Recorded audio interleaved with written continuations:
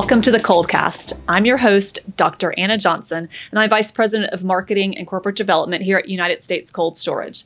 And today we have a very special guest on the latest episode of the ColdCast. Welcome, Larry Alderfer, the Chairman and CEO of United States Cold Storage. Pleasure to be here. Yes, well, great. And we've been waiting for this ColdCast. We've been waiting for this episode because today we're going to talk about the industry and how U.S. Cold is thinking and planning for the future. Can we recap and talk about some of the major things that we accomplished in 2023 from your perspective? Well, 2023 was it was a fantastic year.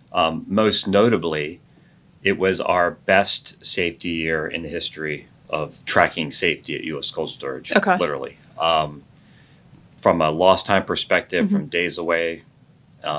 Seriousness of injuries, all the metrics. It was absolutely our best year, which is a testament to, I think, first of all, our staff and our associates that work so hard to keep each other safe, and our management that focuses on that, and all the programs and the culture that Lisa Bettina, our Vice President of Safety and Compliance, has instilled in all of us and challenged all of us over the past 10 years. But also, I think, a reflection on the technology changes we've made in the buildings and how that's impacting daily work as well and making it more safe. So how does that technology impact daily work? Well, we're doing a lot of things, both from a picking perspective and just from an organized perspective, from laser lights to more automation in case picking, better flow processes that we're always improving. And all those things coming together is really having less interactions with folks picking in the aisles and forklifts moving in the aisles. Right. Plus, we have a move to automation. So we have 3 of our facilities now are fully automated, and we have a lot of retrofit going on. And we have other, as we'll talk about expansions, I'm sure a lot of our expansions actually are mostly automated as well. And that's all having an impact. Right, because that's less people touching the product, which means less opportunity for error and opportunity for injury. Yeah, and I think as much as anything, it's we're trying to get people out of the way of machines. Hey, I grew up driving a forklift, so I have some perspective on this, and I know for myself, now maybe I probably would tell you I was the best forklift operator ever, but it literally... We can edit that out, right? Literally, when you get on a high reach and you're going as high as we go these days, even with cameras and everything, you don't learn that practice or that skill in 3 months. You do, but you don't really get really efficient and really good at it. It takes a while. And so, we're very conscious of folks that have just started that don't have experience of bringing them along slowly and letting them get used to different types of equipment in the right order. And actually, again, back to Lisa Bettina, her focus and her efforts in this area have helped us really organize our processes around that for new folks when they come in. So would you characterize 2023 as kind of like a labor force stabilization, or is it more just that we were able to onboard and ramp people faster because of the technology? So I was speaking about safety and the great safety record. When I'm thinking about 2023 in general, I just feel like certainly our labor force was more stabilized, but I feel like it was a year where we just hit everything on all cylinders. So we really got back to basics. Honestly, we didn't have a lot of expansions opening, so we were able to really focus on operations, retraining. We were full most of the year. That changed. We'll talk about that, I'm sure, a little bit towards the end of the year. But we were just rocking and rolling. And I think that a lot of that was the stabilization of the workforce as compared to 21 and 22. But it was also accumulation of other things we've been working on to lead up to that, to make us more efficient. And again, the fact that the industry and us, therefore, were fairly full most of the year. That changed at the end of the year. But how did it change?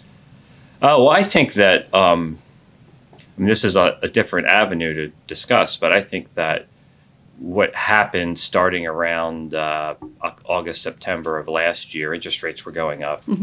And naturally, customers are reacting to that. So everybody, we had a scarcity of product during COVID.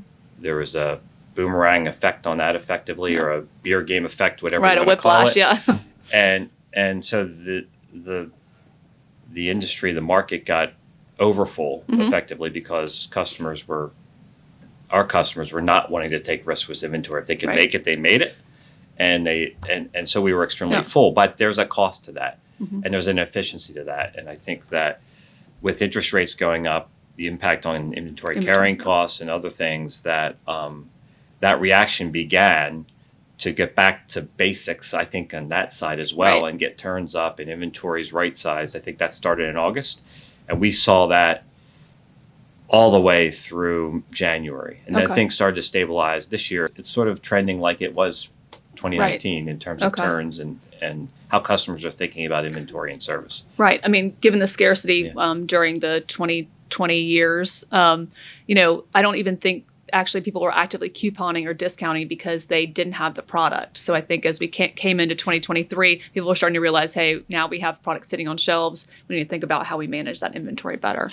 We did see that change going into 2023. We've seen a little bit of a turn in terms of receipts being up.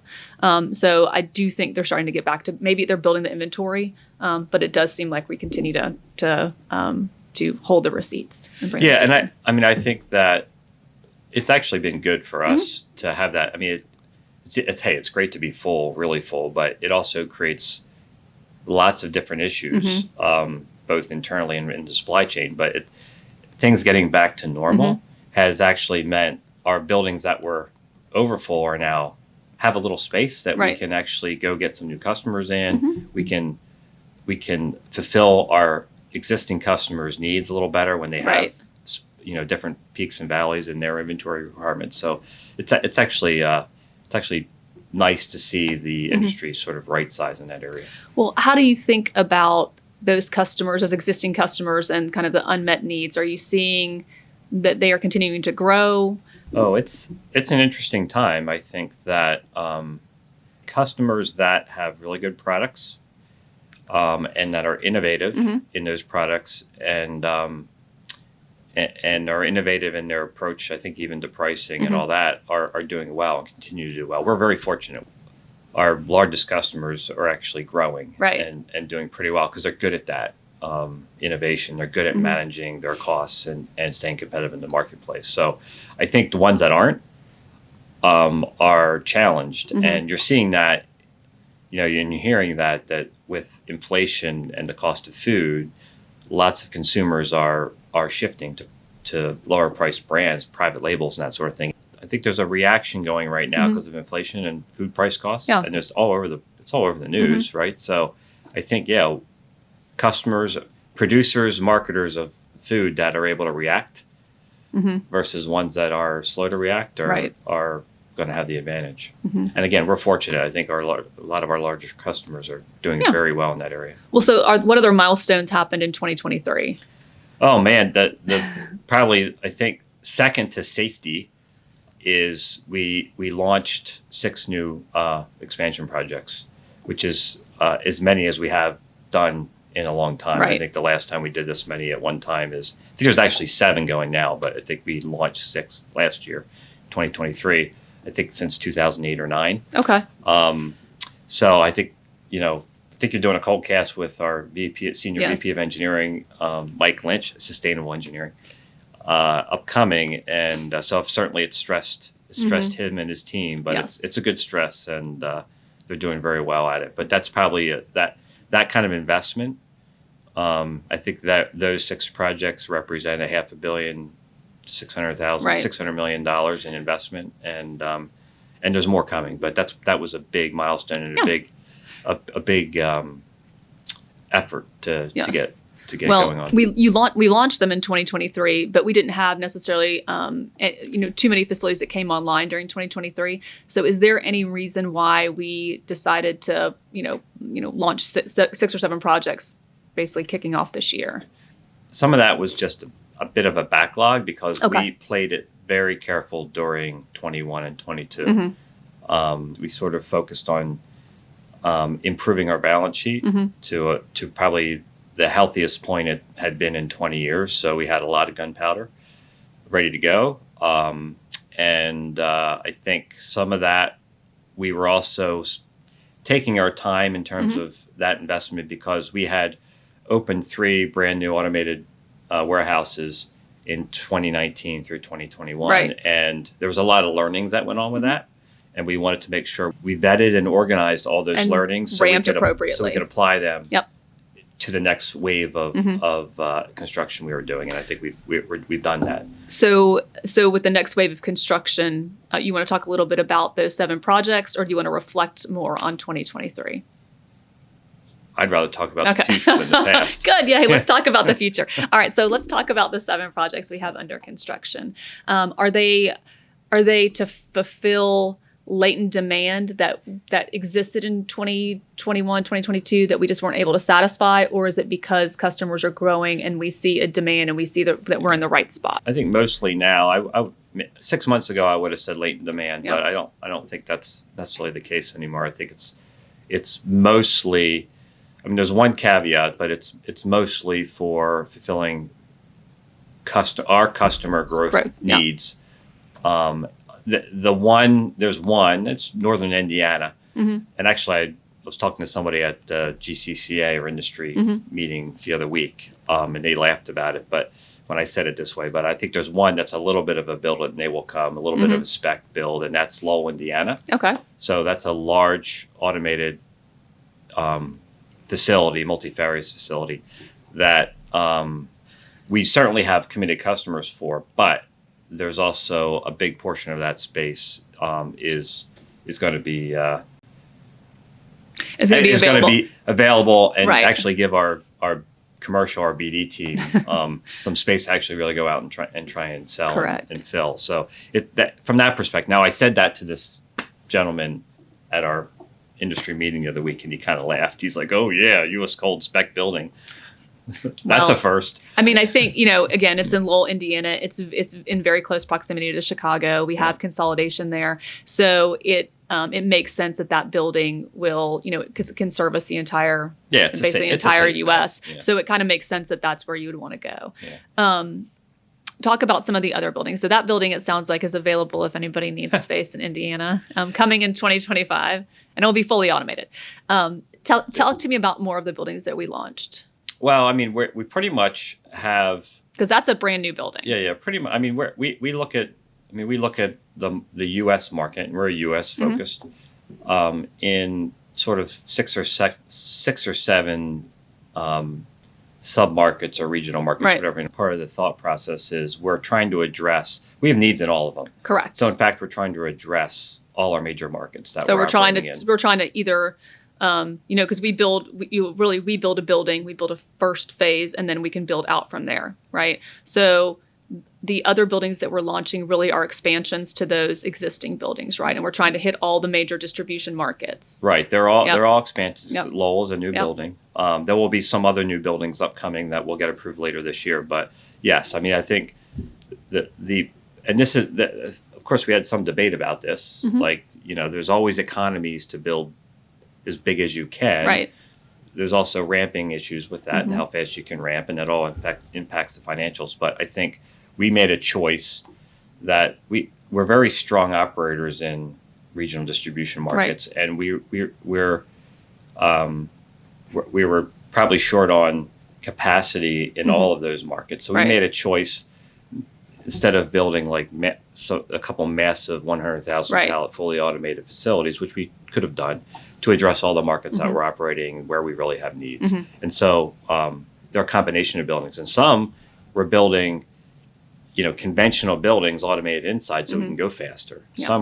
Some are fully automated, rack supported high rises that take a couple of years. Yeah. So depends on the market and what we thought the need was in that market. So we're really giving customers the opportunity to have, to be able to put product in different distribution markets depending on what their needs are. Yeah. So rather than building one giant building and betting all your money on it, we're like, hey, we need to be able to spread this out, address existing demand, and then give customers the opportunity to grow in those markets. So how do you think about the competition in the markets where we are planning to build? Generally, we're competing in all the major markets with Lineage and Americold, the two other largest in the industry. I think that, I would say, we didn't talk about it yet. Everybody, that's listening is probably somewhat aware of the industry and that there is a lot of new entrants. And I talked about this year and a half, like from my perspective, being an industry guy, it's kind of cool to see that come in, but represents some competition coming in. Now, I think that's a different element that we haven't, Americold, Lineage, US Cold, we might have been battling for market share the last, and I'll put ourselves in there. We're not near as large as those two folks are, but I think we're relevant. We've been battling for customers and market share in markets for 3 or 4 years, post all that consolidation that Americold Lineage did. So new entrants coming into these markets is definitely adding a different element, and therefore going to create different tactics, different dynamics than we've previously seen. So it'll be interesting to see how that all plays out. Now, I think from my perspective, US Cold, I mean, I'm concerned about it, but that's what we're here for. We're here to compete. We're here to win. Exactly. So I expect us to win. Yes, exactly. So let's talk a little bit about these new expansions and automation. So how do you think about automation and what it is doing to drive sustainability and some of the other things that we're trying to achieve in 2024? Okay. I think about automation broadly, the right automation at the right place at the right time. So great point. Yes. I think we've learned a lot. I mean, we launched our first automation project in Covington, Tennessee in 2015. Real automation. And that was not the whole building, but it was elements in there. It had elements, AGVs, cranes, tunnels, that kind of thing. But, then we've done a significant amount of automation construction since then. It's not easy. It's very different. You can pop a conventional expansion up in 8 to 10 months and off you go. Automation, you have to be a lot more thoughtful about things. There's a lot more training involved. There's a lot more testing involved. There's precision that you're not too concerned about in a conventional building. So we've learned a lot.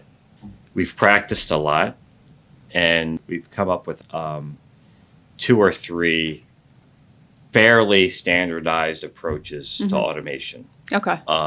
Going forward, and so we're selecting each automation based upon what the customer demand, the speed to market, and frankly the labor market offers or demands in each market we're looking to expand in. So I kind of feel like we're not trying to solve automation one cookie cutter approach, but we try to be very flexible with everything we do. We also have the advantage of, listen, we have scale. We have a lot of conventional buildings.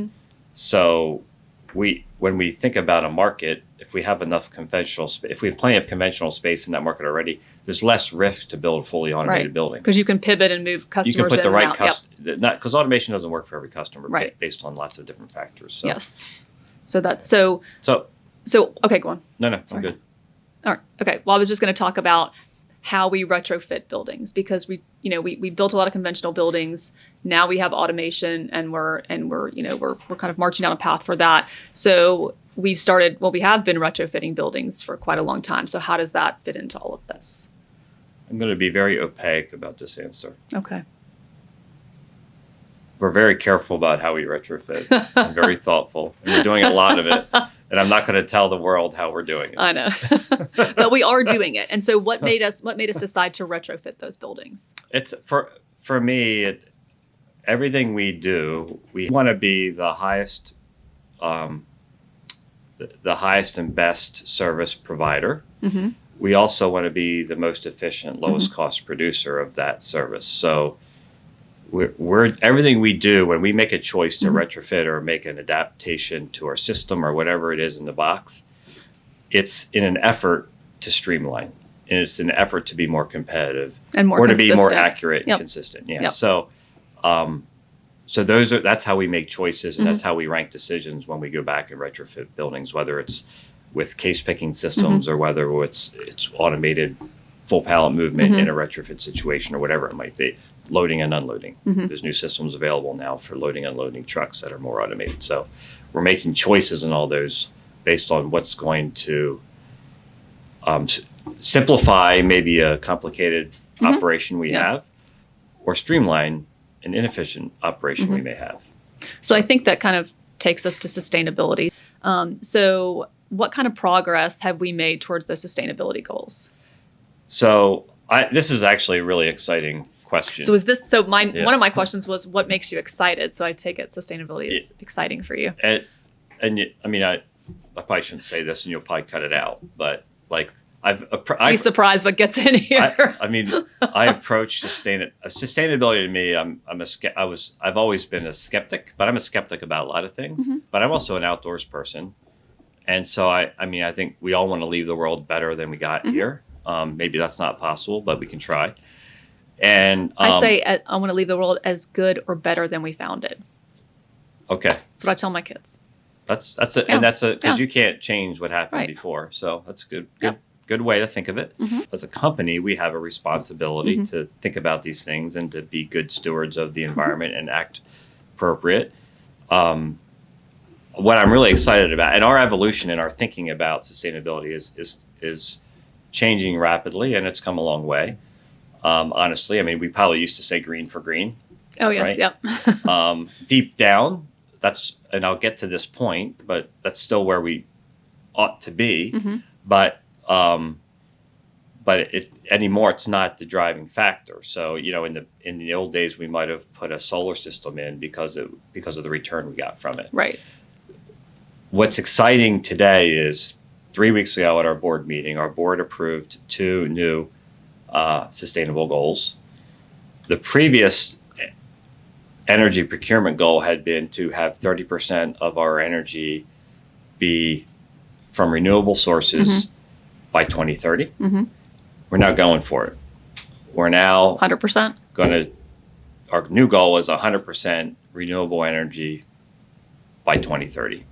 With that, we're also joining the SBTI initiative, and so which is effectively to be SBTI compliant. And Mike Lynch, I'm sure, is going to and we've already we signed. Yeah, we already signed this, so we're on the way. We've signed the paperwork for SBTI. Exactly, goals. And so the second goal was that we will be SBTI compliant, which is 95% of the scope 1 and 2 carbon emissions that we're responsible for will be eliminated by 2032. So a lot of work to do. Yes. And to get there, most of our scope 1 and 2s, honestly, are power use. And the green team, led by, I'll throw some names out, Dan Postlethwaite, Sarah Cook. We had her on a previous podcast. Yeah. So they've done a fantastic job. They actually wrote a paper for us to present this to the board that was very clear, concise, and easy to understand. And some of these concepts are not.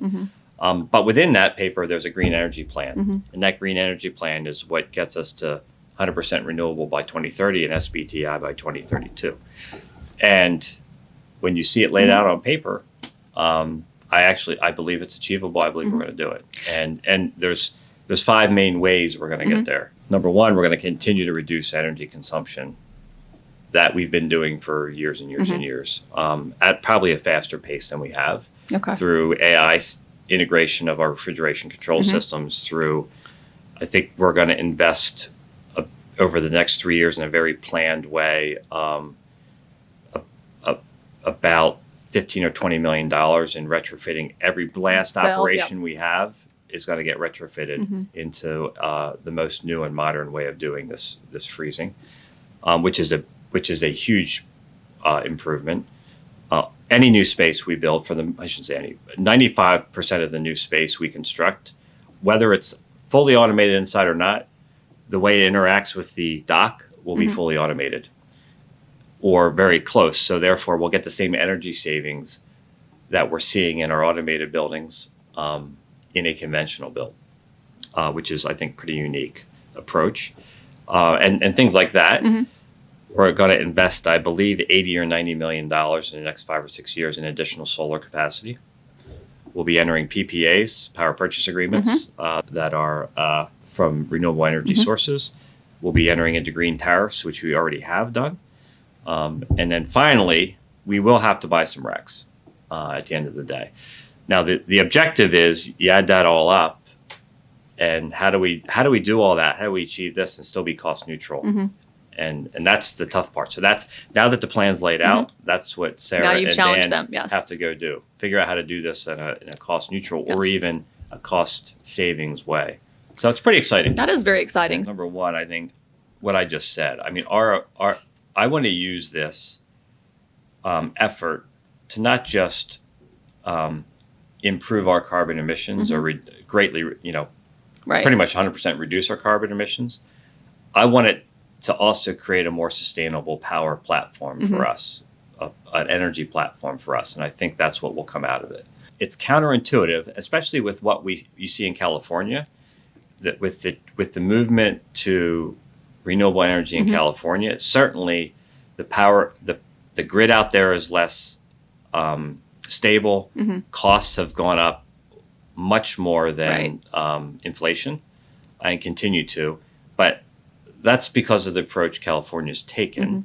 I think U.S. Cold can achieve this and maintain a cost neutral perspective, and also in a way that we have very reliable power, which is important, especially for us. Yeah, I mean, absolutely. I think customers, if you think about what we're trying to do, we're trying to like future-proof our warehouses so that way, no matter what power grid we go to, no matter what other states and decisions are taken, we still are able to provide the same amount of service. And we have that flexibility. So we're trying to build that flexibility into our network. And I think the other thing is, listen, they can say that their key third-party temperature-controlled logistics provider is on board with carbon reduction and, in fact, achieving it. So today, we're just getting out of the gates. We're already at, I think, 9%. Again, I think you're having one of these, a ColdCast with Mike coming up. Right. He'll have the exact more numbers, of that. Yeah. But I think